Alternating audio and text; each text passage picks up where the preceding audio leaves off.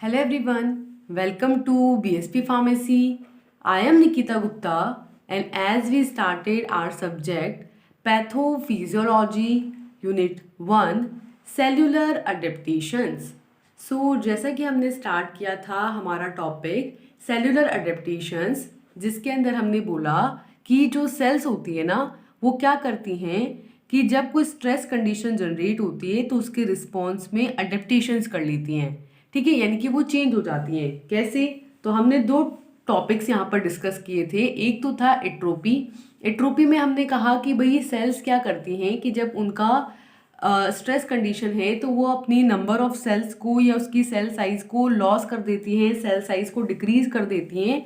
इस कंडीशन को तो बोलते हैं एट्रोपी। और एक और कंडीशन होती है हाइपरट्रॉफी। हाइपरट्रॉफी में क्या होता है कि उनका जो साइज होता है ना सेल्स का, सिर्फ वो इंक्रीज होता है, वहां पर सेल नंबर इंक्रीज नहीं होता। ठीक है, तो उस कंडीशन को बोलते हैं हाइपरट्रॉफी। तो इसी सीरीज में हम फर्दर कंटिन्यू करेंगे और नेक्स्ट सेल्यूलर अडेप्टेशंस को डिस्कस करेंगे। तो नेक्स्ट सेल्यूलर अडेप्टेशंस है हमारे पास हाइपरप्लासिया। हाइपरप्लासिया का मतलब क्या हुआ? देखो वापस से, हाइपर का मतलब तो क्या हो गया, ज्यादा, और प्लासिया में क्या होगा, यहाँ पर सेल का नंबर इंक्रीज होगा। दोनों में डिफरेंस समझ में आ गया। हाइपर का मतलब तो ज्यादा होता है। अब अगर हाइपरट्रॉफी बोला है तो वहां पर साइज इंक्रीज होगा, और हाइपरप्लासिया बोला है तो वहां पर सेल का नंबर इंक्रीज होगा। क्लियर? ट्रॉफी मतलब साइज और प्लासिया मतलब नंबर ऑफ सेल्स। ठीक है, तो क्या कह रहे हैं कि in hyperplasia the size of a tissue और a organ increase due to an increase in the number of cells without increasing their size। कि हाइपरप्लासिया में क्या होता है कि जो टिश्यूज होते हैं, ऑर्गन्स होते हैं, उनका जो साइज है, ठीक है, वो यहाँ पर बिना इंक्रीज हुए जो सेल का नंबर है वो इंक्रीज होता है। क्लियर है कि increasing the number of cell, कि सेल का नंबर इंक्रीज होगा विदाउट मतलब बिना इंक्रीजिंग देयर साइज, उनका साइज बिना इंक्रीज हुए सिर्फ उनका नंबर इंक्रीज होगा, तो उस कंडीशन को क्या बोलते हैं? हाइपरप्लासिया बोलते हैं। किसमें होता है ऐसा? नॉर्मली कैंसर की कंडीशन में। कैंसर में क्या होता है, नंबर ऑफ सेल्स यहाँ पर इंक्रीज हो जाते हैं। ठीक है, लेकिन वहां पर साइज इंक्रीज नहीं होता, सिर्फ नंबर ही इंक्रीज होता है। ठीक है, तो उसको क्या बोलते हैं? कैंसर को नियोप्लासिया भी कहा जाता है। तो क्या कह रहे हैं कि नियोप्लासिया, और we can say cancer in which the cell proliferation is reversible, then hyperplasia remains physiologically control. कि जो कैंसर की कंडीशन है जिसे नियोप्लासिया भी बोला जाता है, ये वो कंडीशन है जिसके अंदर जो सेल है, ठीक है, उसका पॉलीफरेशन होता है। पॉलीफरेशन मतलब कि उसका नंबर इंक्रीज होता है, और ये जो इंक्रीमेंट है ये इरिवर्सिबल है। ऐसा नहीं है कि अगर, देखो हमने हाइपरट्रॉफी के केस में कहा था कि अगर साइज इंक्रीज हुआ है स्ट्रेस कंडीशन में तो आप स्ट्रेस कंडीशन हटा दो तो वापस से वो अपनी नॉर्मल साइज में आ जाएगा। लेकिन जो हाइपरप्लासिया की कंडीशन है, एग्जाम्पल कैंसर में, अगर सेल नंबर यहाँ पर इंक्रीज हुआ है, ठीक है, तो उसको रिवर्स नहीं किया जा सकता, फिर से नंबर ऑफ सेल्स को कम नहीं किया जा सकता। तो यहाँ पर हाइपरप्लासिया को फिजियोलॉजिकली कंट्रोल करने की कोशिश की जा सकती है। फिजियोलॉजिकली ये कंट्रोल कंडीशंस में रहता है, लेकिन जो सेल पॉलीफरेशन है वो यहाँ पर इरिवर्सिबल होता है, यानी कि उसे वापस से रिवर्ट करके नॉर्मल कंडीशंस में नहीं लाया जा सकता। ठीक है, अब नेक्स्ट है कि अगर ये हाइपरप्लासिया की कंडीशन जो है वो लॉन्ग टर्म तक बनी रहे, तो हमने क्या कहा कि इसको रिवर्स नहीं कर सकते, यानी कि यहाँ पर सेल डिवीजन बहुत ज़्यादा हो जाएगा। ठीक है, और अगर ये बना रहेगा तो यहाँ पर क्या देखने को मिलेगा? म्यूटेशंस देखने को मिलेगा, यानी कि जेनेटिक स्ट्रक्चर में यहाँ पर चेंज हो जाएगा। ठीक है, so a long term hyperplasia can leads to neoplasia after repeated cell division leading to mutation. कि अगर लॉन्ग टर्म पे यहाँ पर हाइपरप्लासिया हो, ठीक है, तो उसके रिजल्टेंट नियोप्लासिया हो जाता है, और अगर ये बना रहेगा तो उसके रिजल्टेंट यहाँ पर म्यूटेशन होगा। क्यों? क्योंकि रिपीटेड मैनर में जब सेल डिवीजन होगा, रिपीटेड मैनर में यहाँ पर सेल डिवाइड होंगी, ग्रो करेंगी, तो उसके रिजल्टेंट यहाँ पर क्या देखने को मिलेगा? म्यूटेशन देखने को मिलेगा। क्लियर? क्या बोल रहे हैं कि हाइपरप्लासिया अगर लॉन्ग टर्म तक बना रहे तो नियोप्लासिया की कंडीशन आ जाएगी, क्योंकि यहाँ पर रेगुलरली सेल डिवीजन होगा तो अल्टीमेटली म्यूटेशंस देखने को मिलेंगे। ठीक है, तो इस हाइपरप्लासिया की कंडीशन को तीन इसके मेजर एग्जाम्पल है, तीन तरीके से हम इसको मैनिफेस्ट कर सकते हैं। पहला क्या है कि effects of oestrogens on endometrial proliferation during the menstrual cycle, कि मेंस्ट्रुअल साइकिल के टाइम पर जब मेंस्ट्रुअल साइकिल चल रहा होता है तो जो यूट्रस होता है फीमेल का, उसमें ऑस्ट्रोजन की इफेक्ट की वजह से, ऑस्ट्रोजन हार्मोन की वजह से जो एंडोमेट्रियल होती है ना, मतलब यूट्रस की 3 लेयर्स हैं, तो उसके अंदर जो एंडोमेट्रियम लेयर है उसके अंदर बहुत ज़्यादा पॉलीफरेशन होता है। पॉलीफरेशन मतलब कि उसमें सेल्स जो हैं वो डिवाइड करती हैं और ग्रो करती हैं, ठीक है। तो यहाँ पर मेंस्ट्रुअल साइकिल के टाइम पर सेल्स के डिवाइड एंड ग्रो करने की वजह से, ठीक है, यहाँ पर नंबर काफ़ी ज़्यादा इंक्रीज हो जाता है। ये किसकी वजह से हुआ है? ऑस्ट्रोजन्स की वजह से। इसी तरीके से iodine deficiency results in thyroid gland, कि जो थायराइड ग्लैंड होती हैं उसके अंदर आयोडीन की डेफिशिएंसी देखने को मिलती है, ठीक है। आयोडीन की कमी की वजह से क्या हो जाता है? थायराइड गॉइटर हो जाता है थायराइड ग्लैंड के अंदर। और थर्ड है कि eczema induce thickening of epidermis, कि जो एपिडर्मिस लेयर है, ठीक है, उसके अंदर डिवाइड होने की वजह से, सेल्स के ग्रो होने की वजह से एक्जिमा इंड्यूस्ड हो जाता है। एक्जिमा होने की वजह से सेल की थिकनिंग हो जाती है। क्लियर है? तो हमने देखा हाइपरप्लासिया। हाइपरप्लासिया में हमने कहा कि यहाँ पर सेल का नंबर इंक्रीज होगा, सिर्फ सेल की साइज इंक्रीज नहीं होगी। इसका सबसे कॉमन एग्जाम्पल है कैंसर। इस कंडीशन को रिवर्स बैक नहीं किया जा सकता, ठीक है। और इसी तरीके से जब यहाँ पर सेल डिवीजन बहुत ज़्यादा रिपीटेड मैनर में देखने को मिलेगा तो म्यूटेशंस हो सकते हैं, ठीक है। इसके अलावा मेंस्ट्रुअल साइकिल के अंदर जो एंडोमेट्रियल लेयर है उसका यहाँ पर सेल जो नंबर है वो काफ़ी ज़्यादा इंक्रीज हो सकता है। थायराइड ग्लैंड के अंदर आयोडीन की डेफिशिएंसी की वजह से गॉइटर हो सकता है। एपिडर्मिस लेयर में क्या हो सकता है? एक्जिमा की कंडीशन की वजह से जो लेयर है स्किन की वो थिकन हो सकती है। क्लियर है? नेक्स्ट है सेकेंड कंडीशन, मेटाप्लासिया।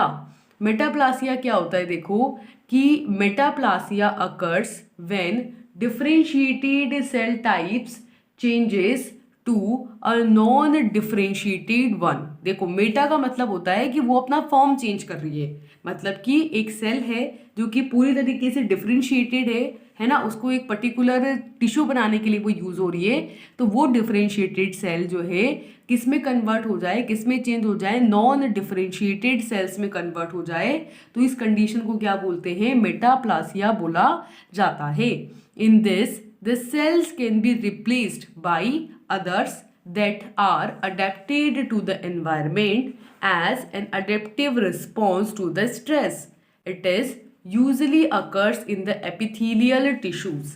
देखो क्या बोल रहे हैं कि सिंपली अगर हम क्या करें, जो हमारी बॉडी की सेल्स है ना, उन एक टाइप की सेल्स को दूसरी सेल्स के साथ रिप्लेस हो जाएगा। देखो ऑब्वियस सी बात है कि डिफरेंशिएटेड सेल्स हैं, डिफरेंशिएटेड सेल्स जब नॉन डिफरेंशिएटेड में कन्वर्ट हो गई, मतलब वो एक पर्टिकुलर टाइप ऑफ सेल्स नहीं रही, तो हम इजीली उनको रिप्लेस कर सकते हैं। तो एक सेल को दूसरी सेल से रिप्लेस किया जा सकता है, जिसकी वजह से एनवायरनमेंट की जो स्ट्रेस कंडीशंस होंगी उसके अंदर वो अपने आप को अडेप्ट कर लेंगी और इसे अडेप्टिव रिस्पॉन्स की फॉर्म में कंसिडर किया जाएगा। ये जो है यूजुअली किस में देखने को मिलता है? एपिथेलियल टिश्यूज के अंदर देखने को मिलता है। कि होता क्या है कि जब differentiated sales non differentiated sales में कन्वर्ट होती हैं तो उसके रिजल्टेंट एनवायरनमेंट की स्ट्रेस कंडीशंस के रिस्पॉन्स में वो अपने आप को अडेप्ट कर लेती हैं, और ऐसा किस में देखने को मिलता है? एपिथेलियल टिश्यूज के अंदर देखने को मिलता है। इसी तरीके के इंफॉर्मेटिव कंटेंट के लिए आप जुड़ सकते हैं बीएसपी फार्मेसी के साथ और डाउनलोड कर सकते हैं प्ले स्टोर से बीएसपी फार्मेसी ऑफिशियल ऐप, और इंफॉर्मेटिव और यूजफुल कंटेंट स्टडी कर सकते हैं। नेक्स्ट है कि this metaplasia is caused by altered differentiation of stem cells as a result liable or stable tissues can undergoes metaplasia. The cells in the metaplasia tumor are fully differentiated, whereas in abnormally differentiated epithelium in dysplastic tumor.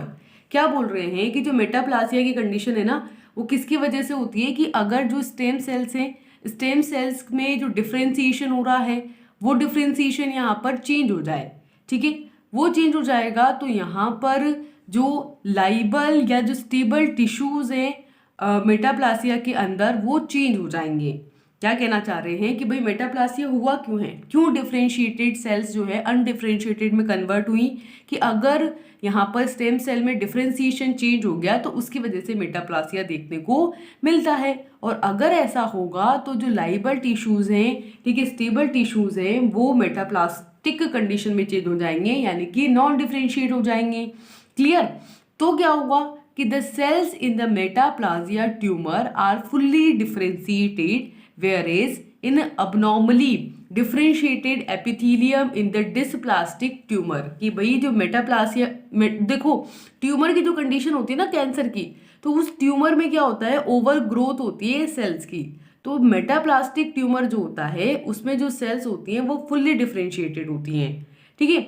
जबकि जो अबनॉर्मली differentiated epithelium होती है वो किस में देखने को मिलती है, डिस्प्लास्टिक ट्यूमर में देखने को मिलती है। क्लियर? कि इसी बेसिस पर ट्यूमर दो टाइप का है, कि मेटाप्लास्टिक ट्यूमर, मेटाप्लास्टिक में तो जो सेल्स है वो फुल्ली डिफरेंशिएटेड है, जबकि डिस्प्लास्टिक ट्यूमर के अंदर जो सेल्स हैं आपके वो अबनॉर्मली डिफरेंशिएटेड एपिथीलियम के एपिथीलियम में होती है, यानी कि वहां पर सेल जो हैं वो डिफरेंशिएटेड नहीं होती हैं, अबनॉर्मली डिफरेंशिएटेड होती हैं, ठीक है। For an example, in the cigarette smoking the ciliated bronchial epithelium transforms into stratified squamous epithelium when exposed to persistent acid reflux. The stratified squamous epithelium of the esophagus becomes the gastric epithelium. ठीक है, देखो दो common example है। पहला तो है कि जो सिगरेट स्मोकिंग होती है उसके अंदर जो सीलिएटेड ब्रोंकियल एपिथीलियम होती है वो अपने आप को ट्रांसफॉर्म कर लेती है, चेंज कर लेती है, किसके अंदर, स्ट्रेटिफाइड स्क्वेमस एपिथीलियम में। दोनों में डिफरेंस क्या है, सीलिएटेड के अंदर तो सीलिया प्रेजेंट होता है, तो नॉर्मली तो क्या होता है कि जो ब्रोंकियल है, ब्रोंकियल मतलब जो रेस्पिरेटरी ब्रोंक्यूल्स है ना, उसकी जो लेयर है एपिथीलियम है, ठीक है, एपिथीलियम लेयर है वो सीलिएटेड होती है। सीलिएटेड मतलब उसमें सीलियास प्रेजेंट होते हैं। तो जब पर्सन सिगरेट स्मोकिंग कर रहा होता है तो वो ट्रांसफॉर्म कर लेती है, चेंज कर लेती है और किस में कन्वर्ट हो जाती हैं, स्ट्रेटिफाइड स्क्वेमस एपिथीलियम में कन्वर्ट हो जाती हैं, ठीक है। एपिथीलियम क्या होती है पता है अपन को, कि टिश्यूज जो है वो चार टाइप के, जिसमें से एक होता है एपिथीलियम टिश्यू।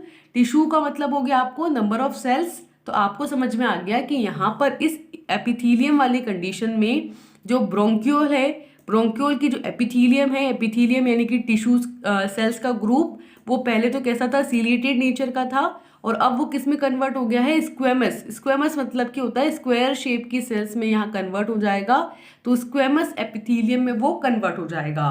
क्लियर?